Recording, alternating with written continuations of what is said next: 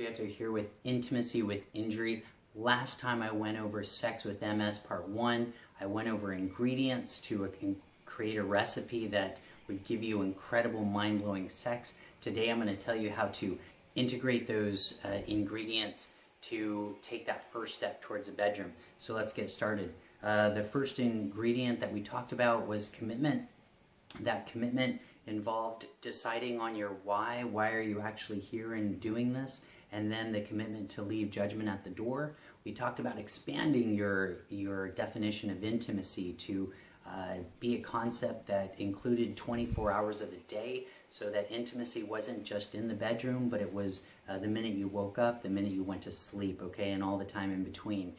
We talked about communication, on the importance of both verbal and nonverbal communication, and we even integrated the idea of foreplay and how that is critical when it comes to nonverbal communication and building arousal and excitement. Lastly, we talked about the importance of planning, on how it's okay to not be spontaneous when you're trying to reignite that passion in the bedroom. Sometimes planning makes it even more exciting. So let's get started. Okay guys, so we know all the problems that are associated with MS. They go from physical to emotional, but despite these issues, that doesn't mean you stop loving your partner, nor does it mean you stop expressing your love for your partner. How many times have we heard people talk about when they're discussing a breakup, how they just grew apart from their partner, okay? They just didn't feel connected anymore. Well, that is exactly what happened. They lost the connection, okay? So the connection is what the challenging part of a relationship is, maintaining that closeness, and it takes work. So in order to have an incredible relationship with that you can't even possibly imagine, you need to expand that intimacy, heighten that intimacy to create new levels of passion that you've never felt before. And how are you going to do that? Okay, well, that's why I'm here to tell you. Number one, we must ask ourselves different questions. Tony Robbins says the quality of questions determine the quality of your life. Well, I'm here to say that the quality of the questions you ask yourself about the sex that you have determines the quality of your sex life. So what does that mean? It means that you can have an act that's involved around sex, and the way that you think about it and ask yourself about it determines how you feel and what the outcome is. Let's take touching, for instance. Touching is actually the pressing together of two pieces of flesh that involves a sensation that allows two people to feel it. Okay, so you can ask yourself, well, am I touching my partner the right way? Is that stimulating her or him the right way? Is it arousing them? What if I'm not touching them the right way? Well, these are all questions that you could ask, but why not ask yourself the question, am I really conveying the way that I feel about my partner right now? Are they feeling the energy through my fingers into their body that shows them how much I love them? Okay, the same act of touching, a different question, creates a different emotion, and it creates a different outcome. Let's take the act of actual intercourse, okay? The penetration of one body part into another. Okay, we can look at that as being this act where you're joining physically and you're creating this heightened arousal, hopefully to the point of orgasm. So you're thinking, are they liking it? Is she liking it? Is he liking it? Am I moving the right way? Is he thinking about somebody else? You can think about all these different questions, but perhaps the better question to ask yourself is, are we experiencing a collapse of separation here, where our two souls are coming together to create an energy that's far greater than we can create on our own? Okay, so same act, intercourse, different question creates a different emotion and creates a different outcome. Okay, so that's how you build intimacy to the next level. And part of it is with faith, okay? You have to have faith that your partner is there because they love you and they're wanting to take this relationship to the next level just like you, okay? And that's our first ingredient. It's commitment. And that reinforces the why. Why are you there? You're asking yourself these questions and they're giving you the answer. Okay, and then by doing that, you're able to leave that judgment at the door, because your partner wants nothing more than just to connect with you, to have fun with you, to enjoy you, and to love you. Okay, the second part, for intimacy, we have to learn how to integrate intimacy into this recipe.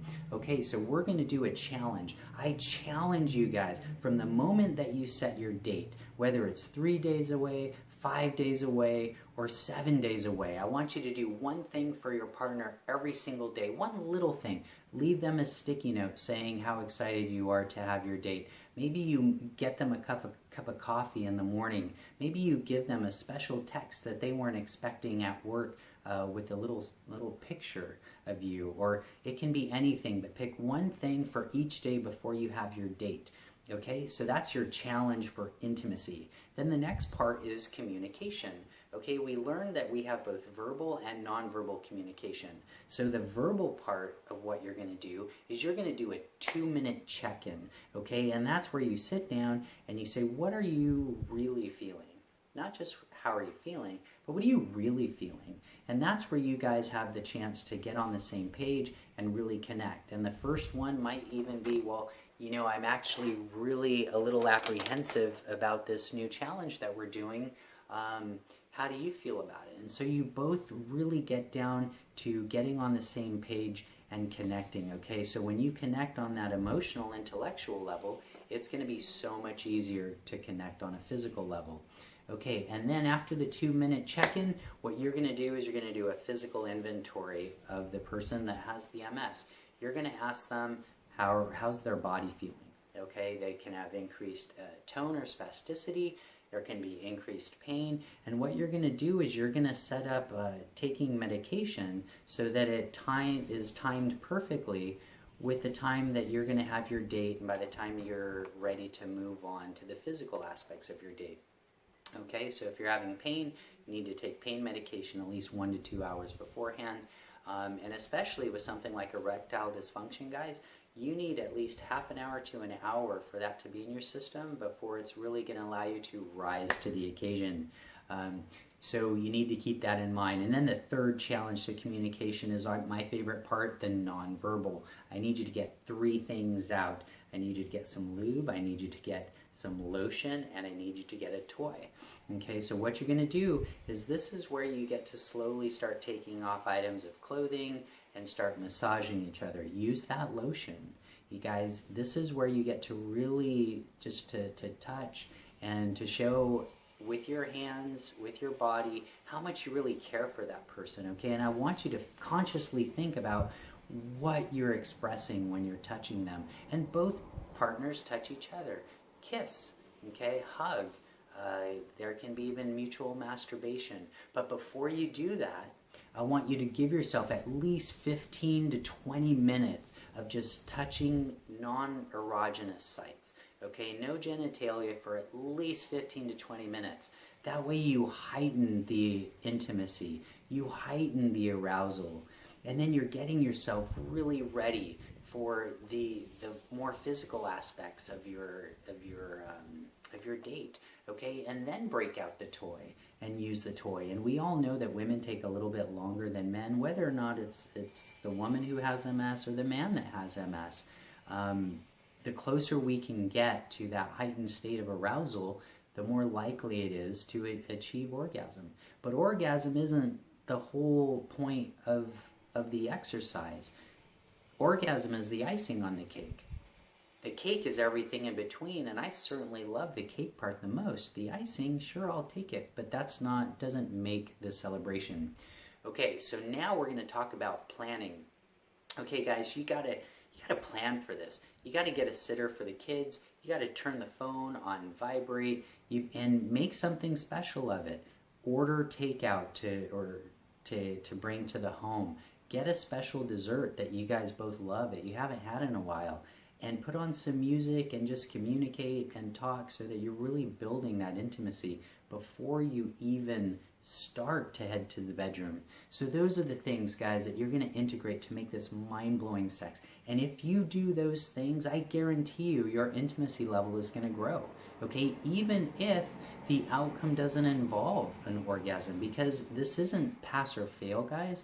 It's a win-win all around. Every time you take time out to be with each other, you guys are going to get closer.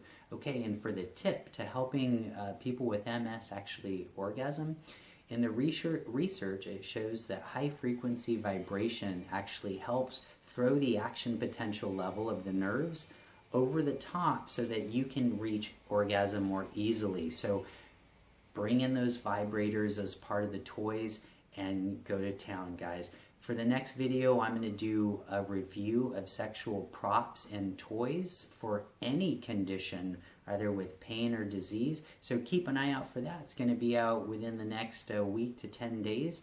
If you have any questions, look up my website, intimacywithininjury.com.